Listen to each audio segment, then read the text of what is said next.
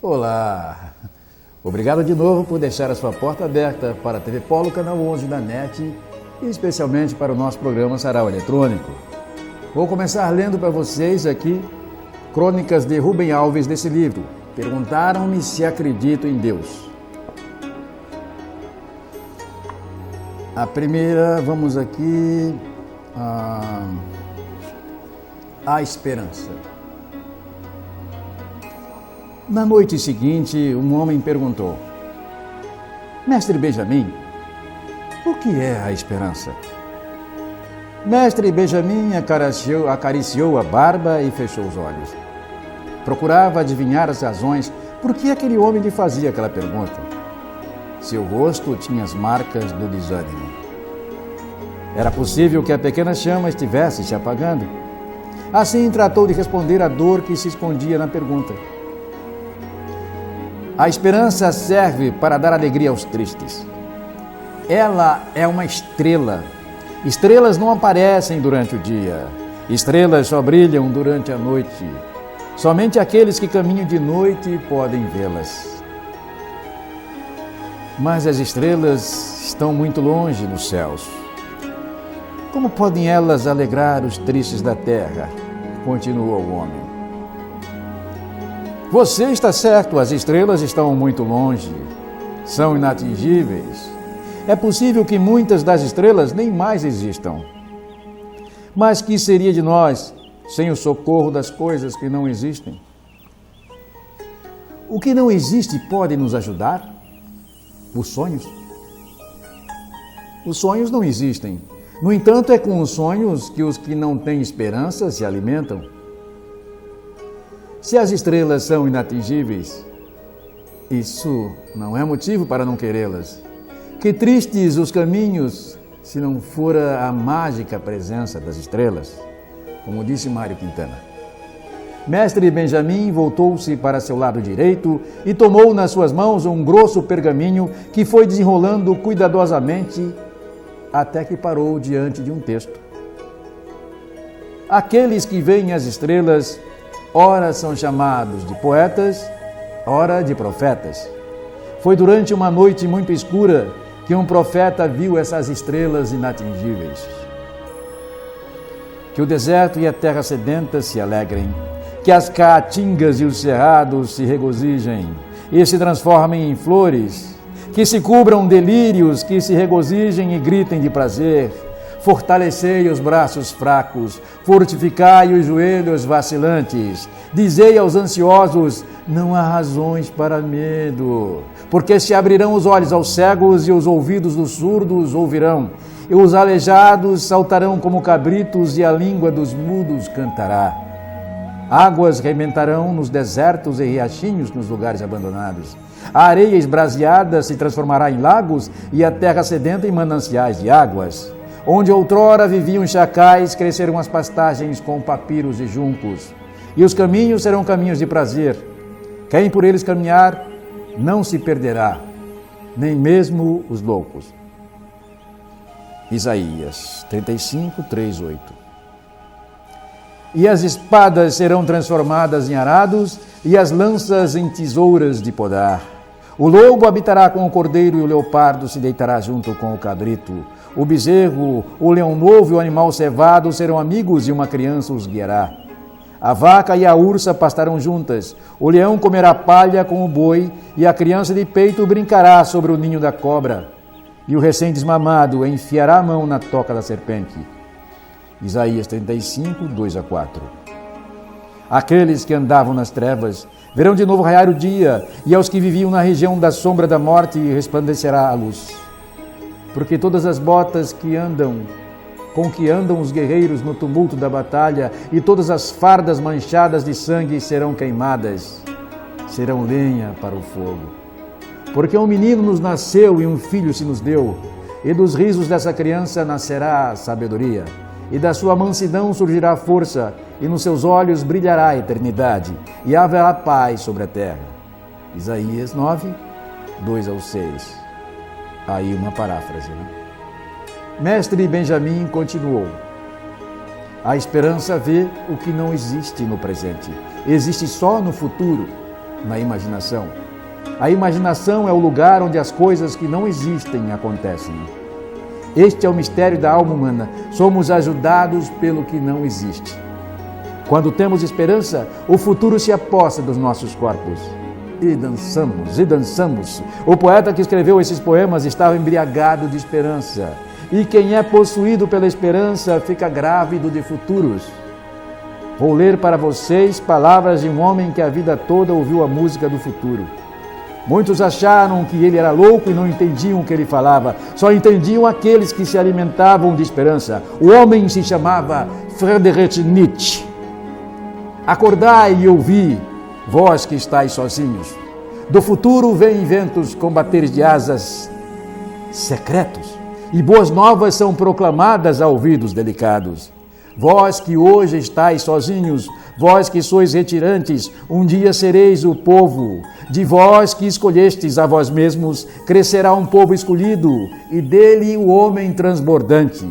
Na verdade, a terra ainda se tornará um lugar de recuperação, e já agora uma nova fragrância o envolve, trazendo salvação e uma nova esperança. Quem disse isso? O tão criticado Friedrich Nietzsche. O mais surpreendente nisso tudo é que a estrela inacessível tem o rosto de criança. Aqueles que ouvem a melodia do futuro plantam árvores a cuja sombra nunca se assentarão. Mas não importa. Eles se alegram imaginando que as crianças amarrarão balanços nos seus galhos. Naquela noite, todos sonharam que plantavam árvores.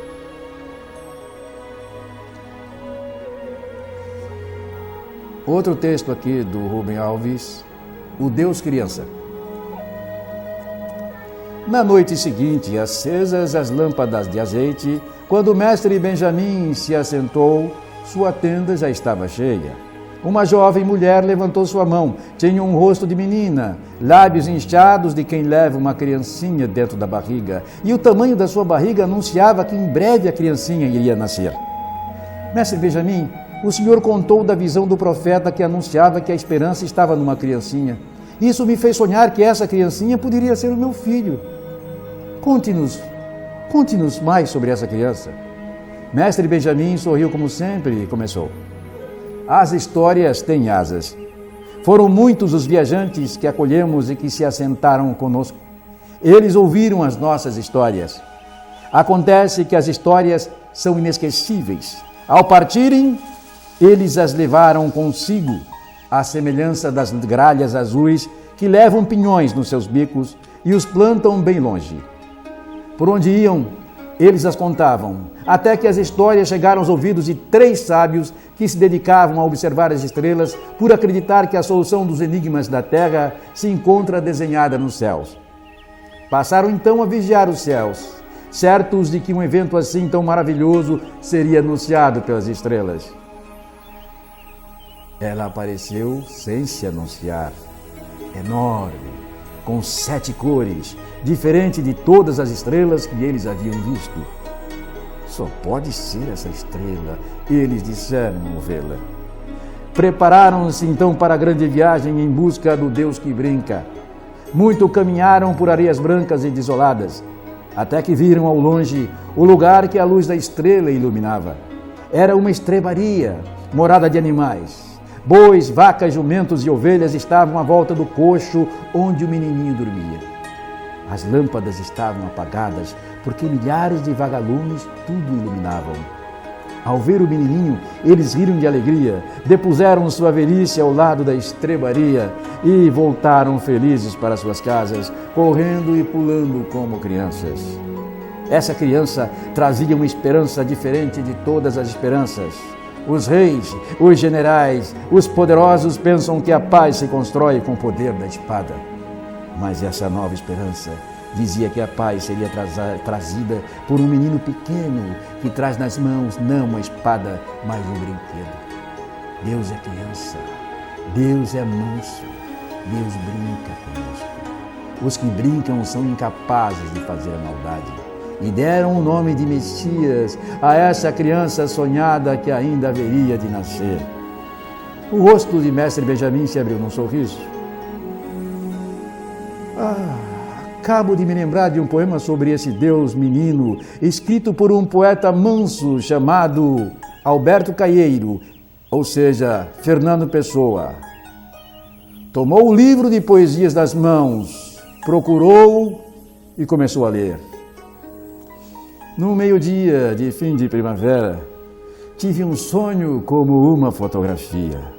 Vi Jesus Cristo descer à terra, tornado outra vez menino. Tinha fugido do céu. No céu era tudo falso, tudo em desacordo com flores e árvores e pedras.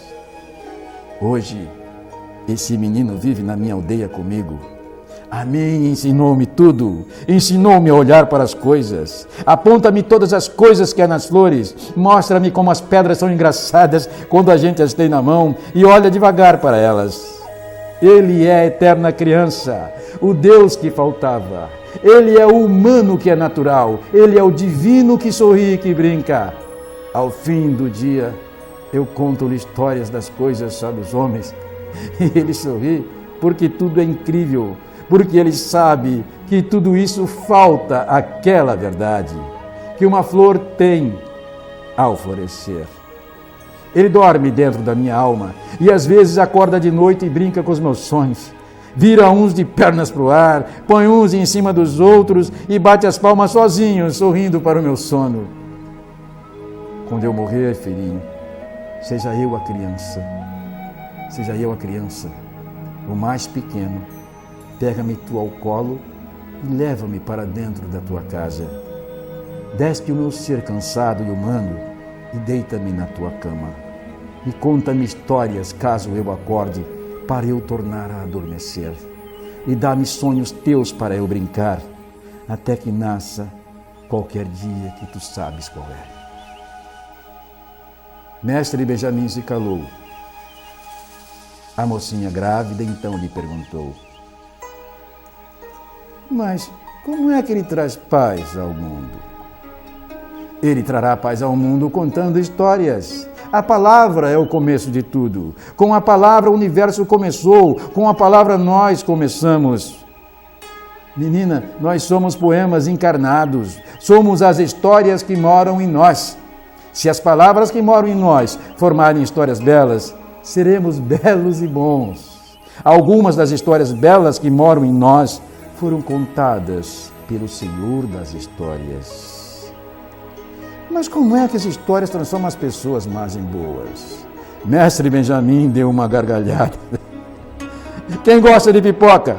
Todo mundo respondeu rindo: eu gosto. Pois nós somos iguais à pipoca. Pipoca é um milho mirrado, duro, não serve para nada. Mas se colocarmos os grãos duros numa panela com azeite e os levarmos ao fogo, de repente eles começam a estourar e viram uma coisa completamente diferente. Uma flor branca, uma flor macia, gostosa. Essa flor branca e gostosa já estava dentro do grão, já estava dentro daquele grão mirrado e duro. O fogo só faz a flor sair para fora. Assim somos nós. Temos grãos duros de pipoca na alma. Quando as histórias são contadas, os grãos de pipoca estouram e a flor que havia neles desabrocha para o lado de fora com um estouro. Conte-nos algumas de suas histórias, pediu a moça grávida. Mestre Benjamim respondeu: amanhã eu conto. Já é tarde. Quando saíram da tenda, todos olharam para os céus. Vênus brilhava enorme no poente. Mestre Benjamim, sorrindo, disse à mocinha: tenho um palpite de que você vai ter a graça de dar à luz o seu filhinho nesta noite.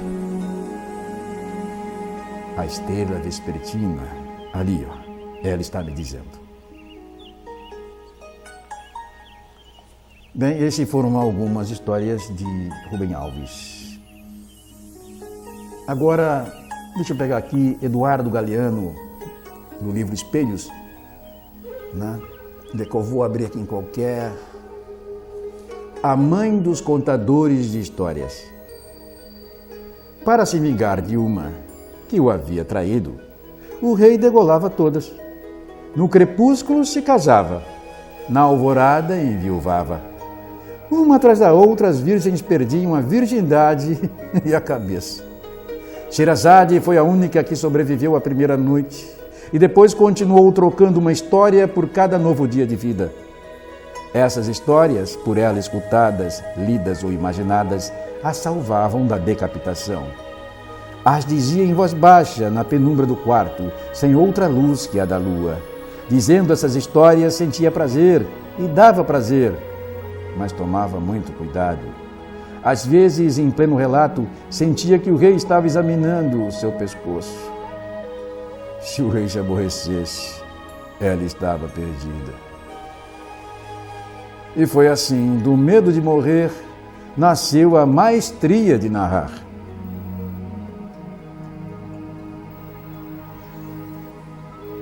Bem, eu espero que vocês tenham gostado das leituras de hoje. E sempre deixe sua porta aberta, porque eu vou voltar, hein? Saudações poéticas.